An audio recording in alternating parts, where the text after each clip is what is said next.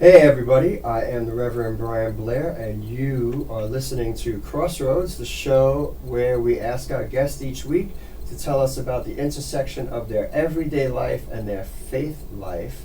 And our wonderful guest this week is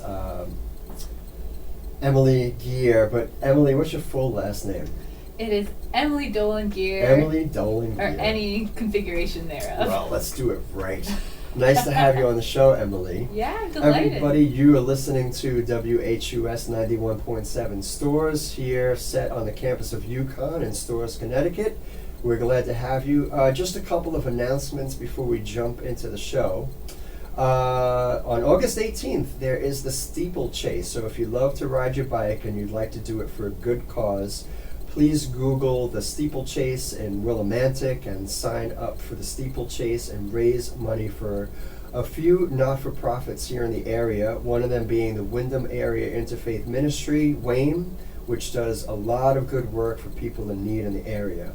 Also, here on campus, there is a faith fair August 23rd. So if you're interested in all the faith communities that participate here in the life of Uconn, it's organized by ARC, the Area Association of Religious Communities. John Armstrong here on campus is the director. So check out ARC, AARC, and see what they're doing for the Faith Fair. We do not take phone calls for this show. If you'd like to get in touch with me, you can @ me on Twitter, @RevBlair, REVBLAY. I'll try to get to you during the show, but if I can't, I'll get right back to you as soon as I can. You're listening to Crossroads, and our guest this week is Emily Greirer. Emily, how are you? I'm doing great. Good. So, question number one is, why don't you please, if you don't mind, tell us what you do here at Uconn? Yeah, so I came to Uconn in 2005 as a graduate student, and I have been here ever since. Great. So it's been a great run. I did my master's and my PhD here in the English department, and then I stayed and I continue to teach in the English department. So I teach first year writing, I teach 1010, 1004, 1011.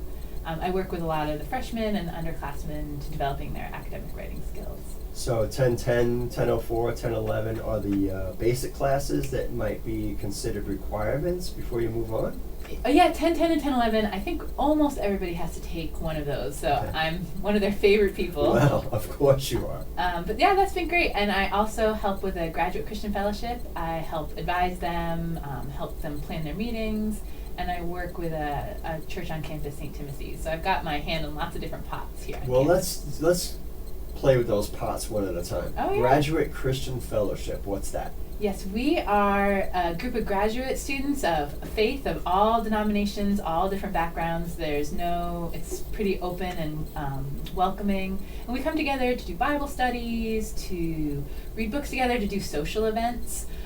Often I've found, in my own experience as a graduate student of faith, it can be a little isolating, particularly if you're in a department where there's some hostility towards faith. It can be hard to find a place to keep growing, keep developing, keep exploring your own faith while you're also developing academically. So we just try to support grad students.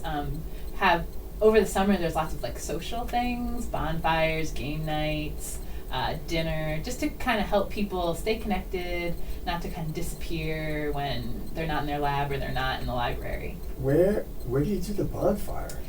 Some of the graduate students have a house, so they've been hosting some bonfires over the summer. Those I'm not a part of. In the living room? Hopefully not. Oh, okay, all right. I cannot attest. I have not attended myself. Well, maybe it was some big fire pit in the middle of campus and people were dancing around it. And, Not that I know of. So the Graduate Christian Fellowship sounds like it serves a wonderful purpose here on campus. And then you also mentioned one other thing. You're a pastor, St. Timothy's. Yeah. Can you tell us a bit about that? Yeah, of course. St. Timothy's is a new church we just started last fall.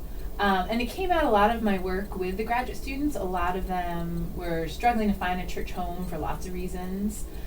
And I have a sort of diverse background in the same way that I'm involved in lots of different things now. My faith journey has been lots of different areas, lots of different practices, lots of different faith communities have really blessed me. So the hope of St. Timothy's is to bring really diverse streams of faith together. So to bring some contemplative practices, to bring some charismatic practices, to bring just kind of Protestant teaching skills all together to really bless people in a way that sometimes when you get in your own little stream, you miss out on the blessings of the whole body of Christ.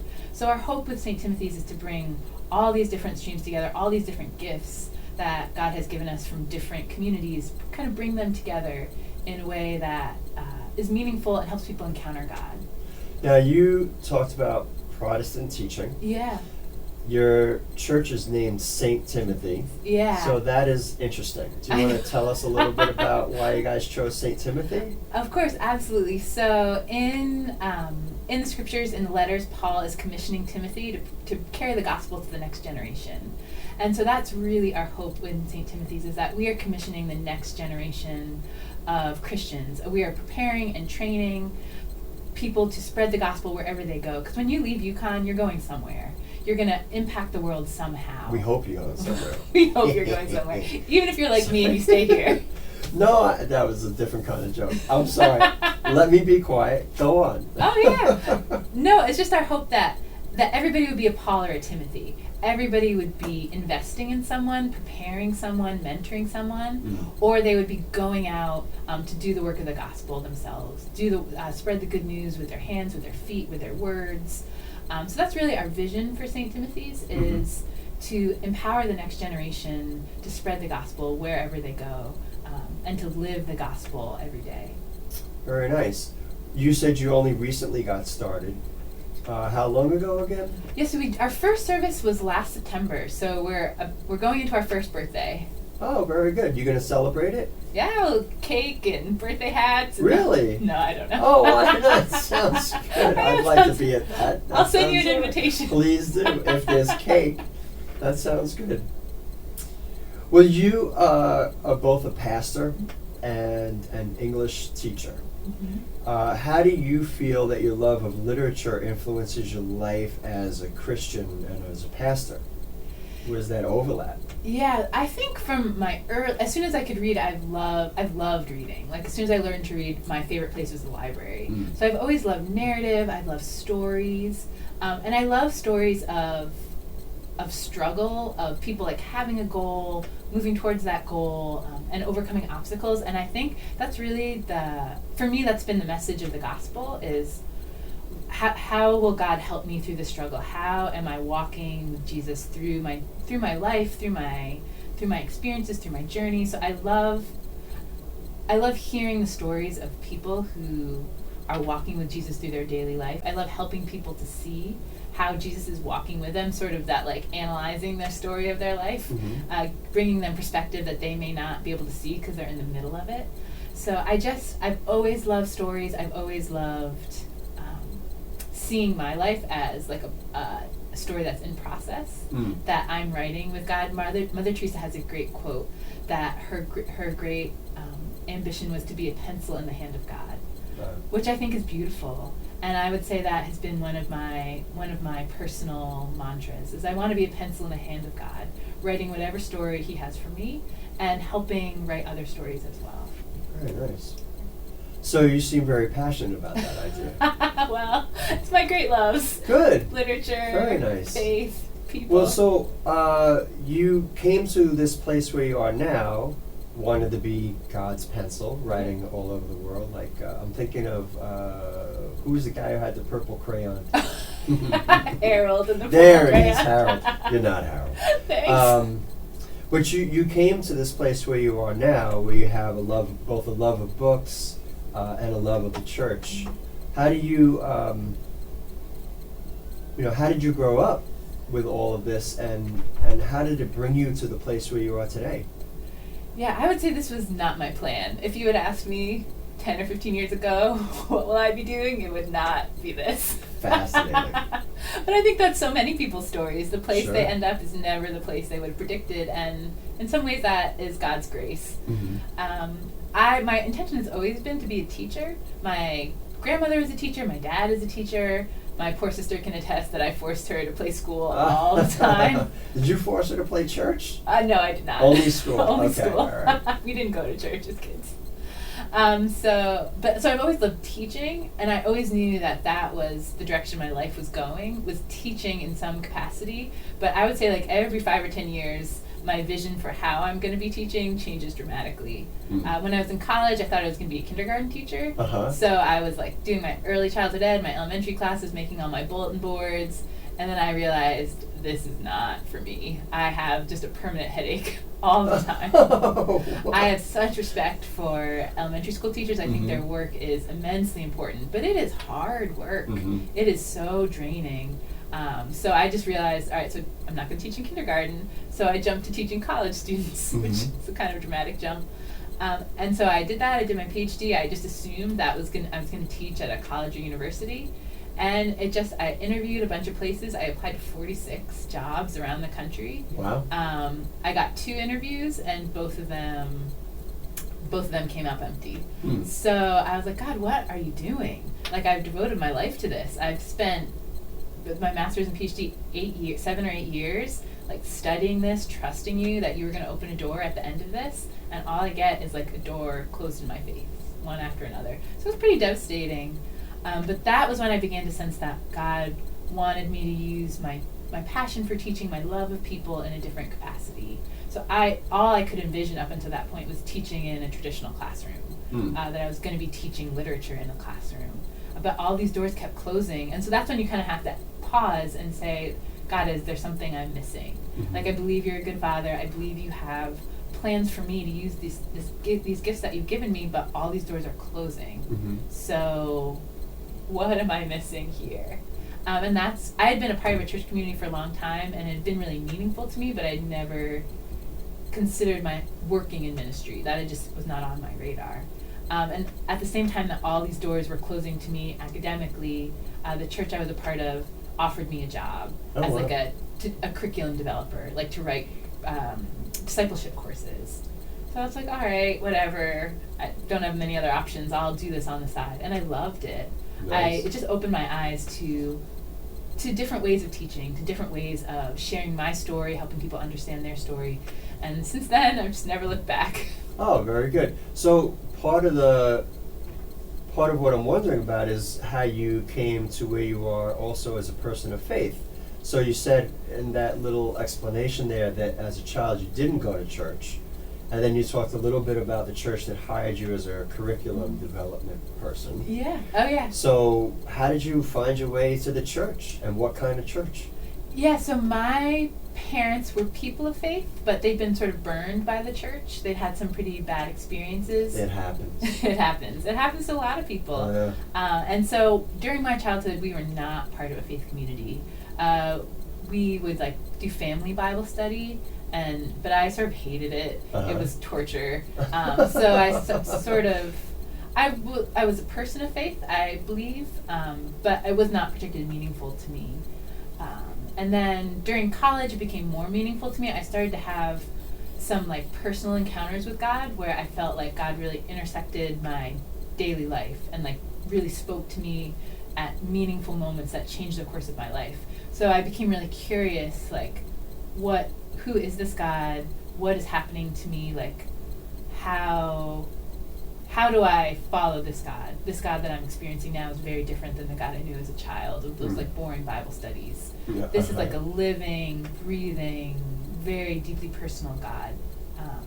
And so when I came to grad school, I got involved with the church, and I think that's why graduate student ministry is so important for me, because when I came to graduate school, I got involved with the church, and it really changed my life.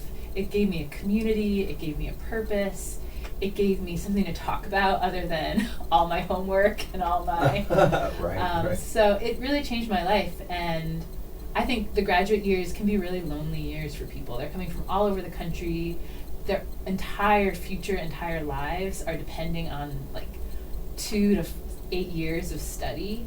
And so I think the church community, there's something that they can really gain from that. If you're going to be here for 2 years, if you're going to be here for 8 years, being a part of church community will change that experience for you. Will give you life and community that is, I think, will make that experience so much more life-giving.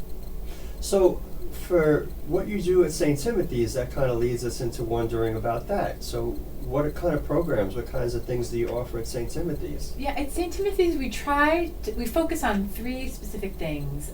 Spiritual direction, which is, I'm really interested in St. Ignatius of Loyola and Ignatian spirituality because I really appreciate his sensitivity to God in the daily. So where is God meeting me in my daily life? Did you do the examen today? I did. I usually do it in the evening. But I didn't. So do it that in the you have a morning. whole bunch of things to feel bad about. I know. That you can list. Well, yes, but it also helps me because sometimes you're exhausted Sure. and you're miserable, and then I forget all the wonderful things that happened. And so, in reflecting back on my day, I'm like, oh, that's right, this great thing happened. Yeah, I had a that's great great. lunch with Reverend Brian. That's something to be thankful for. Very good. So I find for me it helps me process my day and become more aware that, oh, God has met me. Maybe it's been a hard day. Maybe there's been some disappointment. Maybe I'm exhausted. My daughter's refusing to sleep. I'm just like, it's been a hard day. Oh, but wait, God met me here, and God met me here, and God met me here. So it's been a wonderful day. So we try to do, bring some of the examine and spiritual direction to help people reflect on their walk with God, to have someone intentionally talking to them about their relationship with God, which I would say, for me personally, spiritual direction has been one of the most significant ways I've deepened my relationship with God. Because usually you don't talk about your prayer life with other people. You don't talk about the ways that you think God is prompting you or directing you, or the crazy thing you think God said to you because it feels too crazy. But with your spiritual director, you can say, I feel like God is calling me here. Or like, I was praying and I felt like I heard this. Am I crazy? And I would say, in my experience, just personally and working with students, the biggest struggle people have is with their sense of their own ability to hear God, with their own sense that like they can discern God's voice amidst the babble and amidst the noise. So spiritual direction, I think, is key for helping you learn to hear God's voice speaking uniquely and specifically to you. Did you take any courses, workshops or whatever on how to do spiritual direction? I did. I did an Ignatian spirituality course with Dr. Ruffing. She did spiritual direction at Fordham University, and then she taught me at my divinity school. And my husband is actually a spiritual director. He's doing a program through the Ignatian Center at Fairfield University. Wow. So he's going to be a certified spiritual director. I forget the full term. So that's spiritual direction is really his passion, and he meets with students, he meets with people, and just helps them process their relationship with God. Wow. So that's definitely something we try to incorporate, and our hope is, as we grow and as we develop, that everyone who is a part of the community will have a spiritual director, will meet with their spiritual director monthly, and have someone to kind of process their relationship with God with. So you said, part of St. Timothy's is spiritual direction. And what else do you guys do? Yeah, so part of spiritual direction, part of it is prophetic ministry. So we try to, after communion every week, we offer a blessing to people. So you can go for communion and then you can come for a prophetic blessing, where we just try to speak God's truth about your identity, about your future, about his plans for you over people. Just as a reminder, in the same way with the Ignatian spirituality, that God is present, God is at work, he has a purpose, he has a plan, and even when you're in the midst of seasons where he seems far away, or he seems inactive, or he seems silent, like those things aren't true. So we offer prophetic blessings just as kind of for some people, for a lifeline, that God is speaking, that God is active, that God is at work. And these are his truths about your identity, about your future, about your calling. So we do spiritual direction, prophetic ministry, and also healing ministry. So for past wounds and hurts, a lot of emotional healing, where people have begun to believe lies about themselves or their circumstances or their situations. Just inviting God into that. It's mostly just like a time of prayer together. To invite God to reframe circumstances, situations, misconceptions about themselves, about their circumstances, about their situations, about their future, and allow God to bring healing into some of the pain in the past. Well, that sounds like a wonderful whole group of things to do for people who are in that particular stage in life. I guess in any stage in life, but really needed. So it sounds like you guys are doing some wonderful things. Oh, thank you. Yeah, we really hope so. We really think that, particularly working with a community like a Uconn community where you have a lot of people coming and going, either coming here to study or going from here to pursue their next job, their next goal, their next plan. You really want to help them have the tools to hear God, to be healthy people who are not like bogged down by unforgiveness or anger or bitterness, so that they're not seeing the doors that God is opening for them, or they're not experiencing the goodness of God, so that they can go out into their future equipped and empowered to be the people that God has created them to be. Ah, it sounds wonderful. I like the way you phrase all of that. Very nice. Oh, thanks. You know, here we are, we're talking. You are a literature person. Your focus is on American literature? I do 19th century American women writers after the Civil War, so very specific. It's needed. Thank you. Of course. I appreciate that. Why don't we, since I've got you in here, Yeah.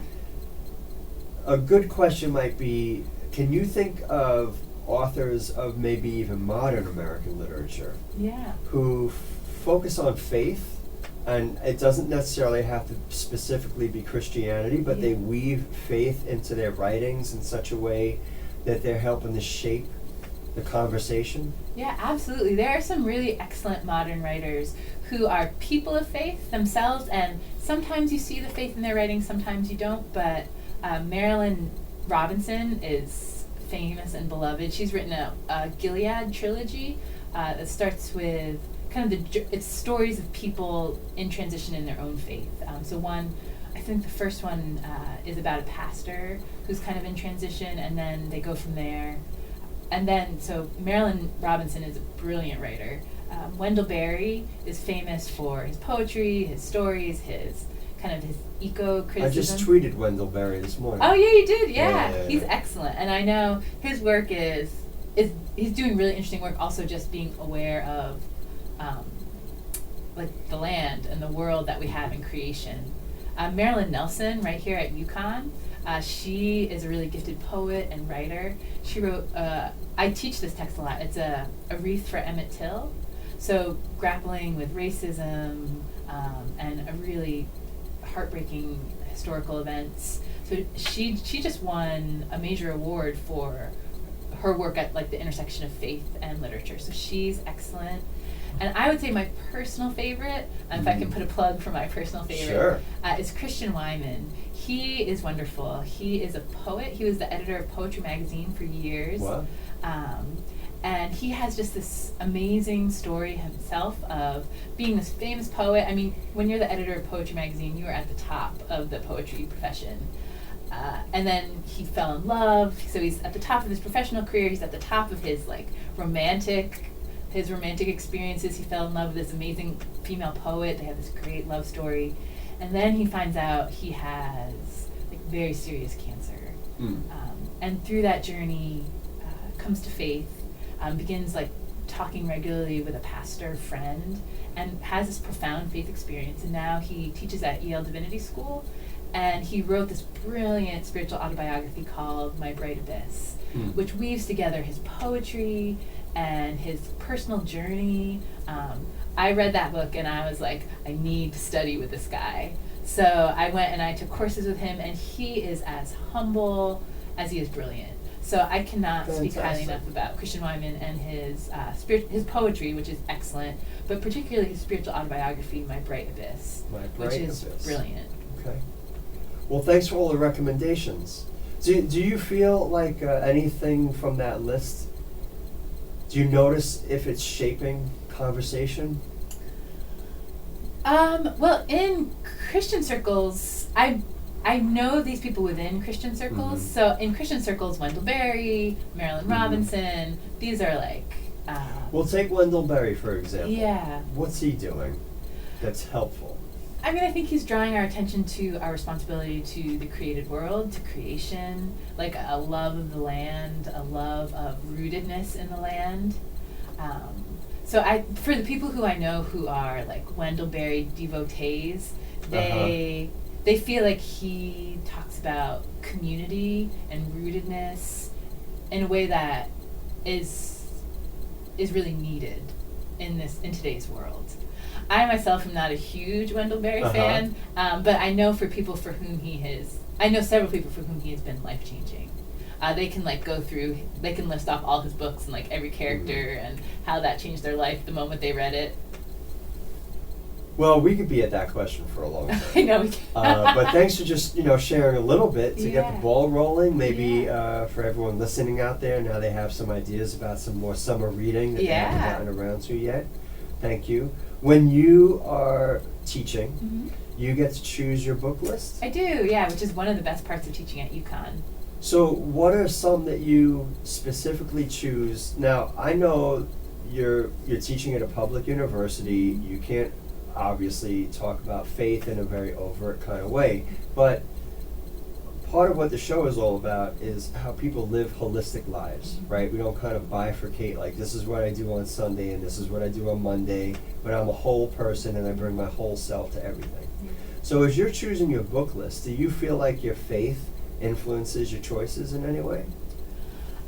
I would say absolutely. I do. I mean, every semester is a little different depending on the course, but I often teach selections from, I'm blanking on his name, Malcolm Gladwell's Outliers, which is really a story of, he is an investigation of the most successful people in the world, like people who are outliers of success and what has made them successful. So we kind of probe questions, and I ask students to think about like what does success look like for them, and kind of push back against that. Like it's the expensive car, it's the big house, it's the great job, and like push, because those are the parameters of Malcolm Gladwell's definition of success in this context. So we try to push into thinking more about what are some like different definitions of success, of like personal meaning, of relational connectedness, which are all values that I think are rooted in my faith, that you need to be part of a community, you need to be living with integrity, which are maybe not everyone's definition of success. So we talk about that, and then every semester I try to do some Flannery O'Connor short stories, because those are like power punches. They're amazing stories, and students love them because they're very unexpected. There's always that twist at the end that they don't see coming. So they're fun to read, they're great to talk about. But then there's also this framework of faith. Most semesters I often do A Good Man is Hard to Find, because students go into that thinking like, oh, this is going to be a chick lit read, it's going to be about romance, and then they read it and they come to class like, what the heck was that? That was not all what I expected. And then it opens up this conversation. We talk about grace, we talk about forgiveness, it just like opens up this conversation that's not a religious conversation, but we can talk about grace. And Flannery O'Connor talks extensively about the gesture that the grandmother offers towards the end. If you've read it, she offers a gesture of, she calls it a moment of grace, a gesture of forgiveness or compassion or humanity. And we have amazing conversations about that. Like, what does that look like? What would that look like in different contexts? What would it look like for us to offer a gesture of grace in our own context? So I would say teaching Flannery O'Connor is one of some of my favorite teaching that I do, and also is an amazing way to kind of bring some of my faith commitments into the classroom without being very overt or very like proselytizing them. Sure. Well, some might categorize all those things as virtues. Yeah. And literature, certainly of all different kinds, asks us to wonder about our virtues. And you talk about the idea of grace, which is not specifically an idea that has been cornered by people of faith, right? No, I hope not. That's good. No, I hope not either. Well, sadly, we're going to have to gracefully bow out of this because we are all done with our time. Emily, you've been wonderful. Oh, it's I been hope a you pleasure. had a great time. Yeah, I've loved it. Good. Well, everybody, I want to thank you for being with us here on Crossroads. And it's a beautiful summer day, and I hope everybody can get out and enjoy themselves. We hope to hear you next time on Crossroads.